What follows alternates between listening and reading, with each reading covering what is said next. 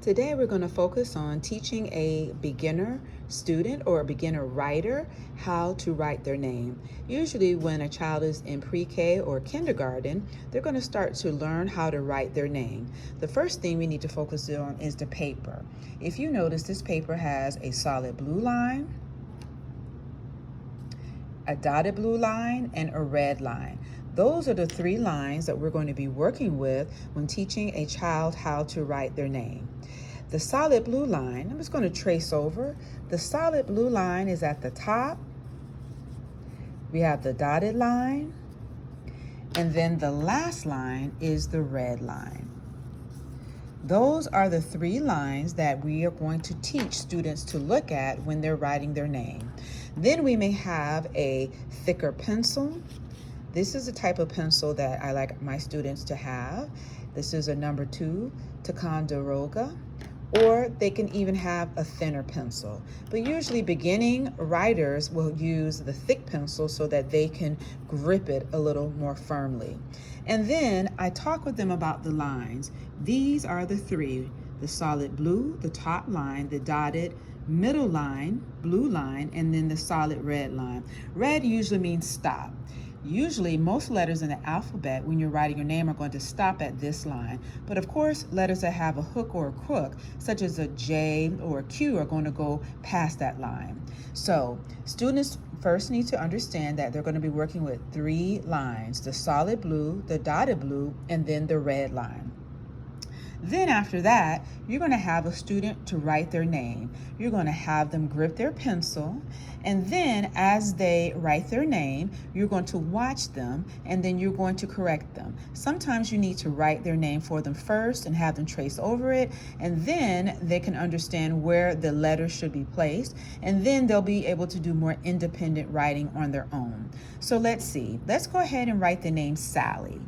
You're going to tell your student, you start at the solid blue line, you push back, you come around, touch over the dotted lines, and then you end on the red line.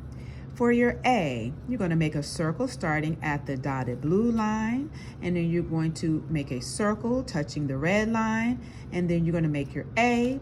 Your L, you're going to start at the solid blue line, go down, touch the red line.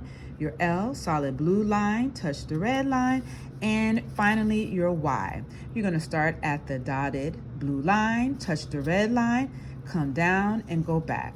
So once again, for the name Sally, you're going to start at the solid blue line, circle back, come around.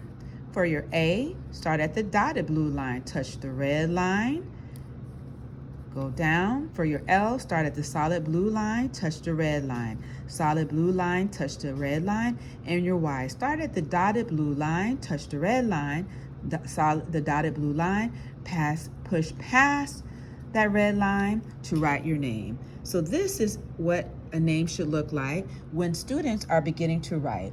Most students don't understand the concept of the three lines. So if you introduce that, start with the three lines and show them and sample it for them, and then they will follow. Sometimes with my students, what I may do is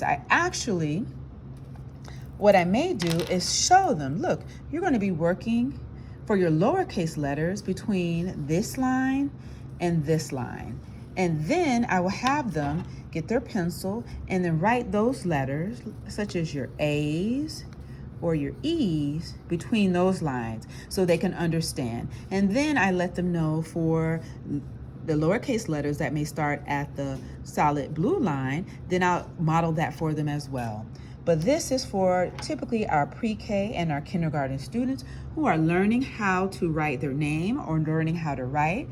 And this is the paper that we typically use for that.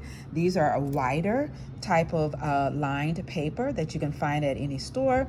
And this would be great for your young ones, for your little ones who are beginning to learn how to write their name, as well as to write.